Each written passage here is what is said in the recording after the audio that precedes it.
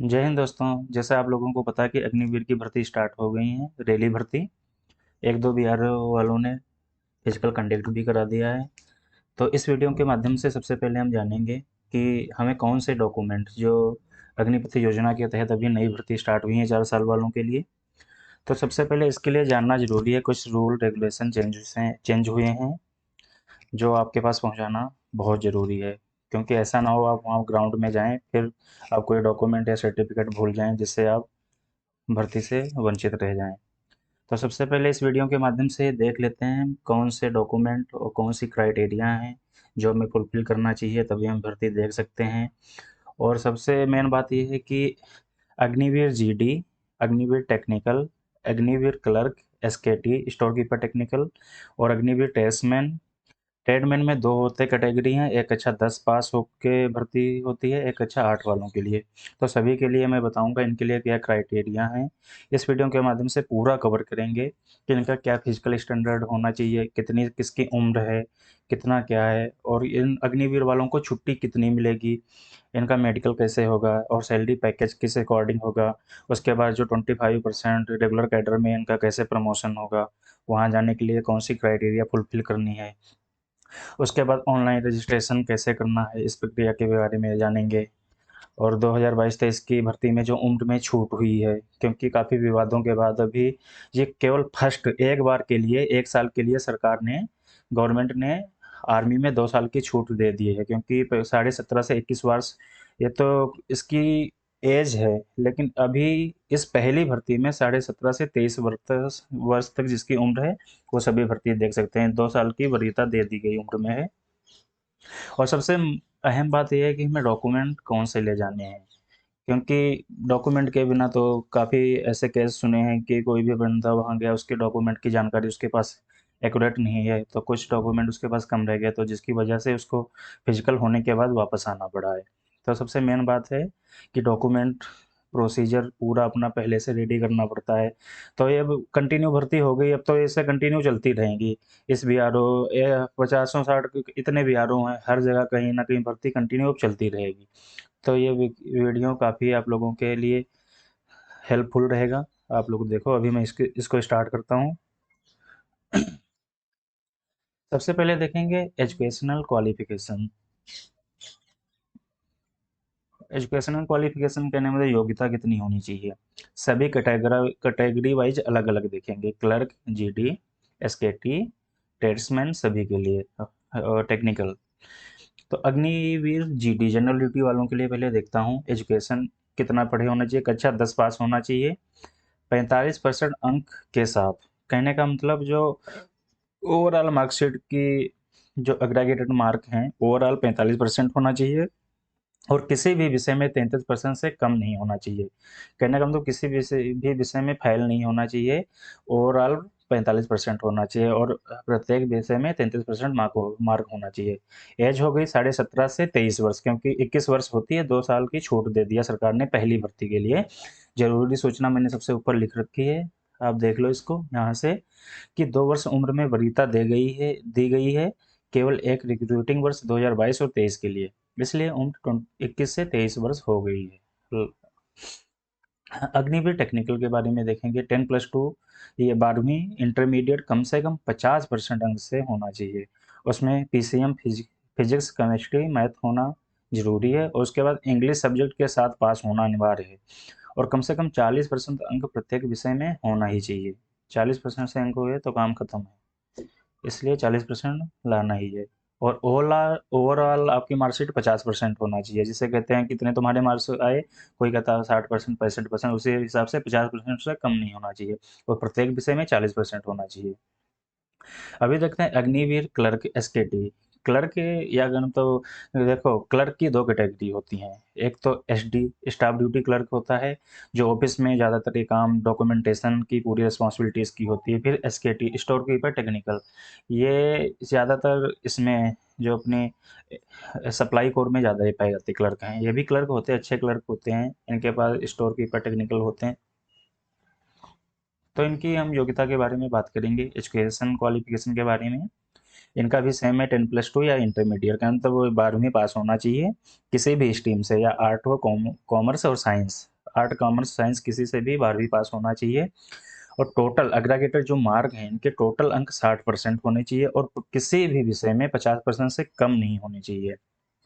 और सबसे अहम बात यह है कि इनके पास इंग्लिश होना बहुत ज़रूरी है, कंपलसरी है। क्या लिखा है, तथा अंग्रेजी विषय में 60% और मैथ या अकाउंट या फिर बुक कीपिंग विषय में 50% होना चाहिए।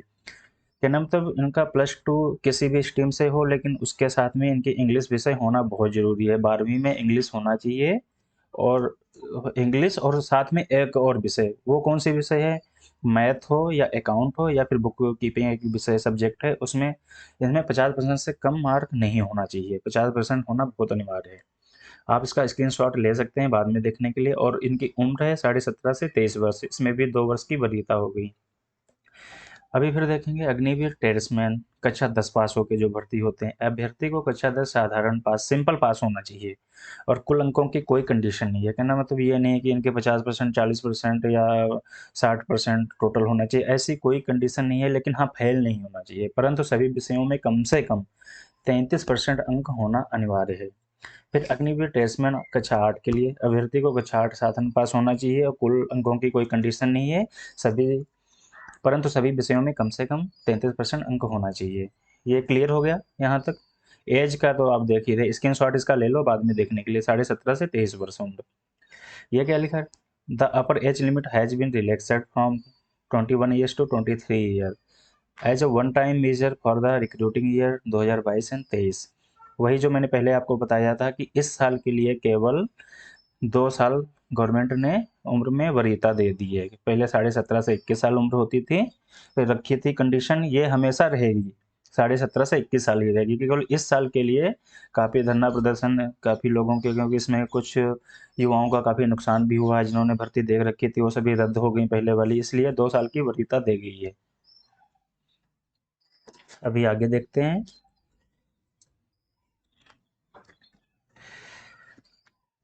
फिजिकल फिटनेस के बारे में बात करेंगे। जो हमारा अग्निवीर क्लर्क या अग्निवीर टेक्निकल या अग्निवीर जीडी टेरेसमैन की भर्ती देखने के लिए physical test, physical fitness test rally site में, जहाँ पे रैली होगी वहाँ पे आपका कौन सा फिजिकल कितने मार्क का होगा, इसके बारे में नॉर्मली से जान लेते हैं, जानकारी ले लेंगे।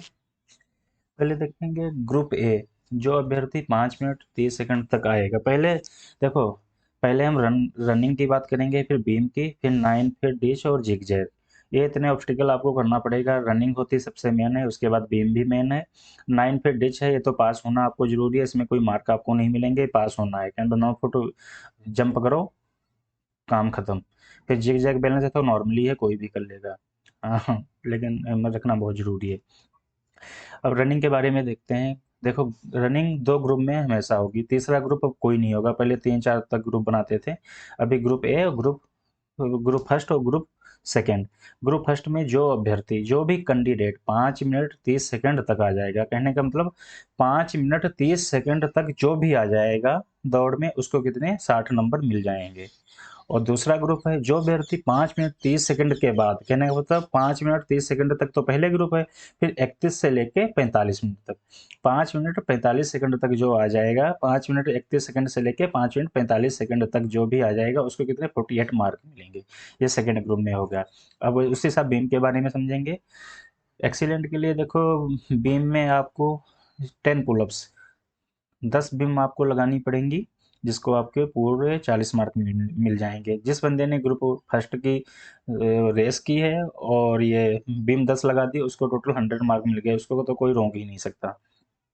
और फिर जो 9 बीम लगाएगा उसको 33 मार्क मिलेंगे, जो 8 पुलअप लगाएगा उसको 27 मार्क, जो 7 लगाएगा उसको 21, जो 6 से कम होगा तो फेल माना जाएगा, क्योंकि सेटिस्फाइड 6 है, 6 तो पास, 6 भी लगा देता है कोई अभ्यर्थी तो उसको पास कर लिया ले जाए, लेकिन उसके मार्क थोड़ा कम हो जाएंगे। तो मार्क में जो उसने ग्रुप फर्स्ट की जो 60 नंबर इसमें लिए, 16 है तो काफ़ी मार्क उसके लिए हैं। फिर 9 फिर डिच वही सेम हो गई, हमें पास करने की जरूरत है, और जिग जैग इसमें भी पास होना चाहिए। अभी फिजिकल टेस्ट में हम छूट, देखो वरीयता किसको मिलेगी, किसको छूट मिलेगी। तो इसमें नॉर्मली जो रैली में जाते हैं, छूट का तो आपको कोई सहारा करना नहीं, छूट उसको मिलेगी। ये आपको समझा देता हूँ, इंग्लिश में लिखा है लेकिन डरने की कोई बात नहीं, मैं आपको नॉर्मली समझा रहा हूँ उसको। Son of serviceman and x serviceman, जो कोई पहले से जॉब कर रहा है उसका कोई लड़का जाएगा, या कोई एक्स सर्विसमैन का लड़का जाएगा, या वार विडो, कहने का मतलब जिसका हस्बैंड वो किसी युद्ध में मारा गया है, जो आर्मी में ही था, and widow of ex serviceman, जो का मतलब एक्स सर्विसमैन है उसकी विडो है। For adaptation son in law of a war widow, का मतलब कोई भी वार विडो, कोई भी जो वार विडो का बेटा है ना, का मतलब जिसका जिसका हस्बैंड फौज में था, उसको कोई कैजुअल्टी हो जाती है, उसकी डेथ हो जाती है, तो उसके बेटे को किसी ने एडॉप्ट किया है, गोद लिया है, लेकिन बेटा तो फौजी का ही हुआ। तो if she has a son including a legally adoption, का मतलब सरकारी कार्रवाई के तहत उसने उसको एडॉप्ट किया है, गोद लिया है, तो उसको भी वरीयता मिलेगी, छूट मिलेगी। सर्विस ऑफ एक्स सर्विस में एडॉप्टेशन ऑफ सर्विंग और सर्विंग सोल्जर और एक्स सर्विसमैन, कहने का मतलब जो भी कोई वार विडो या कोई भी ऐसा है जिसकी कैजुअल्टी हो गई कोई युद्ध के दौरान, जो फौजी था, उसके बेटे को किसी ने गोद ले लिया और लीगली तरीके से पूरे डॉक्यूमेंट बनवा के गवर्नमेंट से, तहसील से, तो उसको छूट मिलेगी। किस चीज़ में छूट मिलेगी? हाइट, चेस्ट और वेट में। रनिंग में कोई छूट नहीं, रनिंग तो करना ही पड़ेगा। हाइट में 2 सेंटीमीटर की, चेस्ट में 1 सेंटीमीटर की, वेट में 2, ऐसे सेम ही है। आउटस्टैंडिंग दूसरा है आउटस्टैंडिंग स्पोर्टमैन, जिसमें जिसने स्पोर्ट में बहुत अच्छा किया, उसके पास सर्टिफिकेट है नेशनल लेवल के या स्टेट लेवल के, राज्य सरकार के और या कम तो या पूरे नेशनल लेवल के, उसके पास सर्टिफिकेट हैं, जो किसी डिस्ट्रिक्ट या कॉलेज या स्कूल की तरफ से खेला है, जिसने नेशनल लेवल तक चैंपियनशिप एंड फर्स्ट या सेकंड पोजीशन, जिसको पहली या दूसरी पोजीशन मिली है, उसको भी 2 सेंटीमीटर, 3 सेंटीमीटर, 5 सेंटीमीटर क्रमशः हाइट, चेस्ट और वेट में छूट मिलेगी। आउटस्टैंडिंग स्पोर्टमैन ब्रैकेट में national, state and those who represented district, college, school, state, university, board championship and first and second position, जिसने बहुत अच्छा स्पोर्ट में किया है नेशनल लेवल या स्टेट लेवल पे, जिसको फर्स्ट या सेकंड वो सर्टिफिकेट पोजीशन आई है, उसको छूट मिल जाएगी हाइट, चेस्ट, वेट में। अभी देखना है सबसे इम्पोर्टेंट तो ये स्लाइड है, इसको आपको देखना बहुत अनिवार्य है कि डॉक्यूमेंटेशन, क्योंकि काफ़ी कैंडिडेटों का, जितने भी हमारे अभ्यर्थी हैं तैयारी इसकी कर रहे हैं, युवाओं को ये सस्पेंस रहता है, कम से कम 50% लोग तो डॉक्यूमेंट में कमी करते ही हैं, कोई ना कोई डॉक्यूमेंट वो उनके छूट ही जाते हैं, क्योंकि उनके पास पूरी जानकारी नहीं होती है, जिससे जानकारी लेते हैं वो भी अधूरी जानकारी देता है। तो आप इसको देख लो। देखो एडमिट कार्ड, एडमिट कार्ड के बारे में पहले मैं आपको समझाना चाहता हूँ कि 3-4 साल पहले जो भर्ती होती थी तो उसमें एडमिट कार्ड उधर ही मिलता था, वहाँ फिजिकल टेस्ट हो गया, उसके बाद मेडिकल होने के बाद एडमिट कार्ड आपको देते थे एग्जाम में बैठने के लिए। अभी एडमिट कार्ड आपको लेके जाना पड़ेगा, ये ऑनलाइन आप करोगे, ऑनलाइन रजिस्ट्रेशन कराने के बाद उसके बाद में आपको जब एडमिट कार्ड आ जाएगा आपके ईमेल आईडी पे, उस पर सब आपको लिखा होगा कि किस रैली में आपको किस डेट को और किस स्थान पर कितने बजे पहुंचना है, तब जहां आपका फिजिकल होगा। तो ये एडमिट कार्ड होना आपके पास बहुत ज़रूरी है। एडमिट कार्ड इसके बारे में पढ़ते हैं। प्रिंटेड ऑन लेजर प्रिंट, जो लेजर प्रिंट आता है उससे प्रिंट होना चाहिए, कहने का मतलब उससे प्रिंट उसकी ख़राब नहीं होती है, बहुत अच्छे क्वालिटी का लेजर प्रिंटर होता है। Printer on laser printer on good quality paper, do not shrink the size, कहना मतलब जो आपके ईमेल आईडी पे जिस साइज का एडमिट का या A4 साइज का या लीगल का है, आप उसी साइज में इसको प्रिंट कराएं, ये नहीं आप साइज छोटा बड़ा करके प्रिंट करा लें, जो साइज में आपके पास आए उसी साइज में प्रिंट करा के ले जाना है और अच्छे क्वालिटी पेपर पे। दूसरी बात देखना है photographs, 22 copies of unattested passport size colour photograph, आपके पास कलर फोटोग्राफ होने चाहिए, अटेस्ट नहीं होना चाहिए, ये 20 फोटो आपको लेके जाना है। Developed on good quality photographic paper in white background, not more than 3 months old, computerize, photocopy soft photograph will not be accepted, photograph must be proper hair cut and clean से, जो आपके photo हैं वो proper आपकी hair cutting होनी चाहिए, जैसे फौजी बन रहे हो या नहीं, जंगली बन के उधर पहुंच गए, 10 साल से आपने फौज की तैयारी कर करके भूल गए बिल्कुल, तो प्रॉपर हेयर कटिंग होना चाहिए, क्लीन से होना चाहिए, दाढ़ी उड़ी बना के तब फोटो खिंचाना है, तब लेके जाना है। और एक्सेप्ट सिख कैंडिडेट, सिख बंदे को छोड़ के, जो सिख धर्म का बंदा है तो उसके लिए तो अलाउ नहीं है, उसको तो दाढ़ी उड़ी रखना ही पड़ता है, तो उसको क्लीन से करने की ज़रूरत नहीं है, वो तो ऐसे ले जाएगा अपनी पगड़ी उड़ी बांध के। अभी देखेंगे एजुकेशनल, जो आपकी एजुकेशन सर्टिफिकेट कौन कौन से ले जाने पड़ेंगे। कक्षा 10 या 12 की मार्कशीट वही लेके जाना है। आप देखो, मैं सबसे पहले आपको बता देता हूँ, सभी डॉक्यूमेंट आपको ओरिजिनल भी ले जाना है और उनकी 2-2 या 3-3 फोटो कॉपी लेके जाना है, जहाँ आप भर्ती, दिल्ली भर्ती देखने जाओगे वहाँ पे ले जाना बहुत ज़रूरी है। कक्षा 10-12 की मार्कशीट होनी चाहिए, वही लेजर प्रिंटर से फोटोकॉपी की हुई अच्छे पेपर पे, और उनका साइज छोटा या बड़ा ना करें। कहना मतलब do not sink the size, जो उनका साइज है छोटा बड़ा ना करें। आपकी जो मार्कशीट A4 साइज की है तो A4 पे ही उसको फोटोकॉपी कराएं, या नहीं जो लीगल का है उसको आपने A4 पे करा लिया। जो लीगल पेज की बड़े पेज की मार्कशीट है तो बड़े पेज पे ही कराएं, उसका साइज छोटा या बड़ा ना करें। जो प्रोविजनल या ऑनलाइन एजुकेशन सर्टिफिकेट होना चाहिए, इंक साइन होना चाहिए। कहने मतलब ओरिजिनल भी ले जाओ, फोटोकॉपी भी ले जाओ। जो प्रोविजनल सर्टिफिकेट होगा वो किसी बोर्ड या यूनिवर्सिटी के हेड ऑफ द्वारा, जो एजुकेशन डिपार्टमेंट के हेड होंगे उनसे साइन होना, इनका साइन होना बहुत ज़रूरी है। उसके बाद देखना है कास्ट सर्टिफिकेट, जात प्रमाण जो तहसीलदार द्वारा प्राप्त हो, और उस पे आपका फ़ोटो भी होना चाहिए। कहना तो अफिक्स फ़ोटो होना चाहिए। अभी तो फ़ोटो तो हर चीज़ पे आने लगा है, फ़ोटो होना बहुत ज़रूरी है, और टेस्ट भी होना चाहिए। फिर उसके बाद आएगा डोमिसाइल सर्टिफिकेट विद फोटोग्राफ्स, निवास प्रमाण पत्र होना चाहिए फोटोग्राफ के साथ, जो तहसीलदार या डिस्ट्रिक्ट मजिस्ट्रेट द्वारा प्राप्त हो, और उस पे आपका फोटो भी होना चाहिए। फिर देखो स्कूल करेक्टर सर्टिफिकेट, जो स्कूल का चरित्र प्रमाण पत्र है वो भी हो, issued by the school college principal headmaster और द कैंडिडेट लास्ट स्टडी। आपने लास्ट पढ़ाई कक्षा 10 या 12 में जब लास्ट आपने जहाँ से स्कूल छोड़ी है, स्कूलिंग छोड़ी है, कहना तो ये छोड़ी नहीं, स्कूलिंग जहाँ से लास्ट आपने पढ़ाई की है वहाँ का आपका करेक्टर सर्टिफिकेट होना स्कूल का बहुत ज़रूरी है। उसके बाद रिलीजियन सर्टिफिकेट, ये इशूड बाय द तहसीलदार या एसडीएम। रिलीजन सर्टिफिकेट की तो ऐसी ज़रूरत नहीं है, लेकिन हाँ जो आपके जो ये कास्ट सर्टिफिकेट है, कास्ट सर्टिफिकेट पे आपकी जात है, जैसे रिलीजन आपका धर्म नहीं पड़ा है, हिंदू सिख मुस्लिम जो नहीं है, तो उसके लिए आपको रिलीजन सर्टिफिकेट चाहिए। यदि आपके कास्ट सर्टिफिकेट पे ही लिखा है कि हम हिंदू हैं, मुस्लिम हैं, सिख हैं, ईसाई धर्म कोई भी जात के हैं, तो उसके लिए इसकी ज़रूरत कोई नहीं है। उसके बाद देखना है करेक्टर सर्टिफिकेट इश्यूड, जो करेक्टर सर्टिफिकेट है ना, ये with photograph issued by village sarpanch. Character का नाम तो भाई चरित्र प्रमाण पत्र आपका जो ग्राम सरपंच द्वारा बनता है। इसका फॉर्मेट आपको जो ये जहाँ पे ऑनलाइन एग्जाम के फॉर्म मिलते हैं वो आपको सब कुछ पूरे एक साथ में पूरे फॉर्म दे देंगे। ले जाके आपको अपना नाम, अपना कहने मतलब नाम, अपने फादर का नाम और अपना एड्रेस भर के सरपंच से साइन कराना है। और या फिर municipal corporation within last 6 month from the date of rally. देखो from the date of rally, जब आपकी रैली है उसके कम से कम 6 महीना, 6 महीने से पुराना नहीं होना चाहिए, वो सर्टिफिकेट आपको लेके जाना है, शरीर प्रमाण पत्र। उसके बाद अनमेरिड सर्टिफिकेट, ये तो सबसे ज़्यादा जरूरी है, आपको अविवाहित प्रमाण पत्र। Unmarried certificate for all candidates to be obtained with photographs issued by the village sarpanch municipal corporation within last 6 month.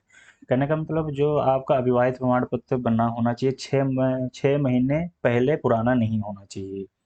6 महीने तक आपका चल जाएगा, क्योंकि जो आज ये समझ लो कि आपकी जो जुलाई में है भर्ती, फॉर एग्जांपल उदाहरण दे रहा हूँ, तो वो जनवरी से पहले का नहीं होना चाहिए। जनवरी से लेकर जुलाई तक, जुलाई फिर भी 7वां महीना हो जाएगा, कि मतलब फरवरी से लेकर जुलाई तक आपका वैलिड 6 महीने तक रहेगा। यदि उससे पुराना है तो आपको फ्रेश नया सर्टिफिकेट अविवाहित प्रमाण पत्र बनवाना पड़ेगा। ये भी आपको ग्राम पंचायत द्वारा हो जाएगा या फिर म्यूनसिपल कॉर्पोरेशन द्वारा निकल जाएगा। इसका भी फॉर्म आता है, अपना नाम और फादर नेम ये सब भर के, रिलेशन उलेशन सब कुछ, और उसके बाद में सरपंच से स्टैंप लगा के साइन करवाना होता है। फिर रिलेशनशिप सर्टिफिकेट, ये तो उनके लिए है जो ऑलरेडी फौज में है, जो रिलेशन की भर्ती देखने जाते हैं। जैसे जो फौज में है उनके कोई उनका बेटा जा रहा है या उनका छोटा भाई है, तो उसके लिए ये ज़रूरी है, बहुत ज़्यादा ज़रूरी है उनके लिए रिलेशन की भर्ती जो देखने जाता है। फिर यदि आपने कोई स्पोर्ट कर रखा है तो उसके भी सर्टिफिकेट सभी लेके जाओ, वही जो मैंने पहले बता दिया स्पोर्ट वालों की जो वरीयता मिलेगी ना। फिर है सिंगल बैंक अकाउंट, चलो अकाउंट की इतनी ज़्यादा ज़रूरत नहीं है, लेकिन हो सके तो आप अपना सिंगल बैंक अकाउंट खुलवा लो। ये तो और पैन कार्ड तो बहुत compulsory, pan card and Aadhaar card ये मैंडेटरी है। सिंगल बैंक अकाउंट भी अब जरूरी कर दिया, पहले नहीं था, पहले उधर ही ओपन कर देते थे ट्रेनिंग सेंटर में, लेकिन अभी तो इसको लेके जाना ही पड़ेगा। फिर पुलिस करेक्टर सर्टिफिकेट, फिर पुलिस द्वारा एक आपको सर्टिफिकेट बनाना पड़ेगा कि आपके पास कोई आपके नाम की एफआईआर, कोई ऐसे आप लीगल केस में तो नहीं फंसे हैं, वो पुलिस आपको वेरीफाई करके देगी। एनसीसी सर्टिफिकेट, यदि आपने एनसीसी कोई कर रखी है, एनसीसी की छूट आपको चाहिए, कोई वरीयता एनसीसी में तो काफ़ी ज़्यादा छूट मिलती है। मैं इसके एनसीसी के बारे में कि एबीसी ये तीनों सर्टिफिकेट होते हैं, किस सर्टिफिकेट के आर्मी में कितनी छूट मिलती है, इसके मैं ब्रीफ से एनसीसी या टेटू के बारे में, ये 2-3 इशूज़ हैं जो काफ़ी ज़्यादा आते हैं, इनके बारे में मैं एक विस्तार से वीडियो इसके बाद बना दूँगा। एनसीसी सर्टिफिकेट हो गया। फिर हाँ, अभी तो कोविड-9 सिचुएशन में देखो, ये पेंडेमिक जो चल रहा था अपना कोरोना वाला ना, कोविड का तो वैक्सीन लगी होनी चाहिए, जितनी भी डोज़ होती हैं फर्स्ट और सेकंड डोज़, और उसका सर्टिफिकेट भी आपके पास होना चाहिए। क्योंकि ज़रूरी नहीं माँगे, लेकिन माँग सकते हैं। यदि कोई वहाँ पे माँगता है भर्ती दौरान, तो आपको दिखाना पड़ेगा। ये ले जाना अनिवार्य है। अभी हम छुट्टी के बारे के डॉक्यूमेंट आप ब्रीफ से, क्योंकि कहने का मतलब आपकी फिजिकल-विजिकल तो आप मेहनत करोगे, उसके बाद आपके पास डॉक्यूमेंट नहीं रहेंगे तो आपको रोक दिया जाएगा। इसलिए आपकी डॉक्यूमेंटेशन कार्यवाही, क्योंकि इसमें टाइम भी बहुत पहले से लगता है, 5-6 महीना पहले आपको मेहनत करनी पड़ेगी, डॉक्यूमेंट अपने प्रिपेयर करके, डॉक्यूमेंट तो पूरे लेके ही जाना है। और कोशिश करना कि ओरिजिनल डॉक्यूमेंट के पास जितनी भी फ़ोटोकॉपी ले जाना, एक एक्स्ट्रा 2-2 फ़ोटोकॉपी की ज़रूरत पड़ती है, लेकिन आप 4 हो सके तो 3-3 4-4 फ़ोटोकॉपी लेके जाना वहाँ पे। फिर देखो अग्निवीर को छुट्टी कितने मिलेगी? जो अभी फ़ौज में भर्ती हो रहे हैं अग्निपथ योजना के तहत, पहले तो 1 साल में थे, एनुअल लीव 2 महीना मिलती थी और कैजुअल लीव 1 महीना मिलती थी। अभी देखो एनुअल लीव केवल आपको वार्षिक जो छुट्टी है 1 महीना 30 दिन की ही मिलेगी। उसके बाद केवल 30 दिन की छुट्टी है। और फिर सिक लीव, जैसे आपकी कोई बीमारी आ गई, डेंगू हो गया, मलेरिया हो गया, तो डॉक्टर एडवाइस देगा तो उसके हिसाब से आपको छुट्टी मिल सकती है, 15-20 दिन या 2 वीक या 4 वीक, इसके अकॉर्डिंग 28 दिन जैसी भी। लेकिन छुट्टी लागू केवल आपको 30 दिन ही होगी अग्निवीरों को। अभी देखो procedure for online registration. Online registration government ने ये फैसला बहुत अच्छा लिया है, क्योंकि इससे काफ़ी ज़्यादा सहूलियत मिली है भर्ती रैली में। पहले होता था क्योंकि गांव का एक भर्ती कोई होने गया, उसके साथ में 4-5 और अन्ना सांड की तरह घूम रहे, वो भी पहुंच गए भर्ती होने के लिए, कहते हैं। और जबकि हो सकता है उनका कक्षा 10 भी पास ना हो, हाइट हो गई, लंबे चौड़े हो गए और वो एलिजिबल नहीं है भर्ती होने के, फिर भी दौड़ मार दिया उन्होंने जाके। और उधर उसके बाद हटा दिया कि डॉक्यूमेंट की कमी हुई। किसी की हाइट भी नहीं है, किसी का कुछ भी नहीं है, किसी का डॉक्यूमेंटेशन नहीं है पूरी, वो फिर भी जा रहे हैं। तो इसलिए रजिस्ट्रेशन कर दिया है कि मतलब जिसके पास जो जिसके लिए एलिजिबल होगा भर्ती के लिए, या क्लर्क या ट्रेडमैन या जीडी किसके लिए, तो केवल वही भर्ती देखने जाएगा। कोई अभी फालतू के बंदे नहीं जाएंगे, जो पहले शौक में बहुत गाँव के जाते थे। गाँव का एक बंदा भर्ती होने के लिए, जो रियल में भर्ती जो पूरा एलिजिबल था, जिसके पास डॉक्यूमेंट भी थे, उसकी तैयारी भी, लेकिन उसके साथ में उसके मामा के लड़के, उसके व्यवहारी, उसके फ्रेंड, जितने भी दोस्त थे सभी, चलो कि इतनी दूर आए हैं किराया लगा के, तो हम भी दौड़ मार दे देते हैं। जो एक्चुअल में भर्ती होने गया, वो साला फेल हो गया और बाहर वाले सभी पास हो गए। अब जो उनके पास होने से फायदा ही क्या है? जब डॉक्यूमेंट मांगे तो अन्ना सांड की तरह खड़े हैं, हमारे पास तो कुछ है ही नहीं, मैं तो ऐसे दौड़ लिया। फिर फौजी मारते भी बहुत बुरी तरीके से हैं। उसके बाद में हम देखेंगे कि हम लोग ऑनलाइन रजिस्ट्रेशन प्रोसीजर, ये तो सभी कैफ़े नो, ये तो बहुत बंदे ऑलरेडी करा भी चुके हैं, 2-3 महीने पहले से ऑनलाइन होने लगा था 2022-23 भर्ती के लिए। तो अभी-अभी कहीं भी ये तो ऑनलाइन प्रोसीजर हमेशा चलता रहेगा। अब इसके लिए देख लो, सबसे पहले जो ये ऑफ़िशियल वेबसाइट है इंडियन आर्मी की, joinindianarmy.nic.in, इस पे जाके आपको ऑनलाइन करना है। इसमें आपको एक अपनी प्रोफ़ाइल बनानी पड़ेगी, उसमें आईडी और पासवर्ड बनाना पड़ेगा। इसके लिए सबसे ज़रूरी है आपके लिए, ऑनलाइन के लिए, क्या आपके जितने भी डॉक्यूमेंट हैं, आपका फ़ोटो होना चाहिए, सिग्नेचर आप वो करो, आपकी ईमेल आईडी, ये सब कुछ आपको रेडी करके ले जाना है। उसके बाद भी ऑनलाइन हो पाएगा। आपके डॉक्यूमेंट, मार्कशीट के मार्क कितने हैं, सब कुछ इसमें फ़ीड करना पड़ता है। ऑनलाइन होने के बाद अब देखो, candidate will log in after and take print out of the admit card which they will be carry to rally site. क्या मतलब, इसके जो आपके ईमेल आईडी पे आप जब लॉगिन है, आपकी जो आईडी पासवर्ड होगा, इससे आपको लॉगिन करना पड़ेगा। जो आपकी प्रोफाइल बनेगी, उसके बाद में एडमिट कार्ड आपका डाउनलोड होगा। एडमिट कार्ड पे पूरा डिटेल लिखा होगा कि आपको कहाँ भर्ती के लिए जाना है और किस डेट को जाना है। Candidate will be allowed to participate in the rally site if they produce admit card affidavit for detail duly attested by notary. क्या मतलब, जो आपका कैंडिडेट होगा तभी वहाँ के लिए वैलिड, वहाँ दौड़ने के लिए बुलाया जाएगा। क्या मतलब, वहाँ दौड़ सकता है जब उसके पास एडमिट कार्ड जो होगा, affidavit for detail duly attested by note, और एक एफिडेविट नोटिस से अटेस्टेड होना चाहिए।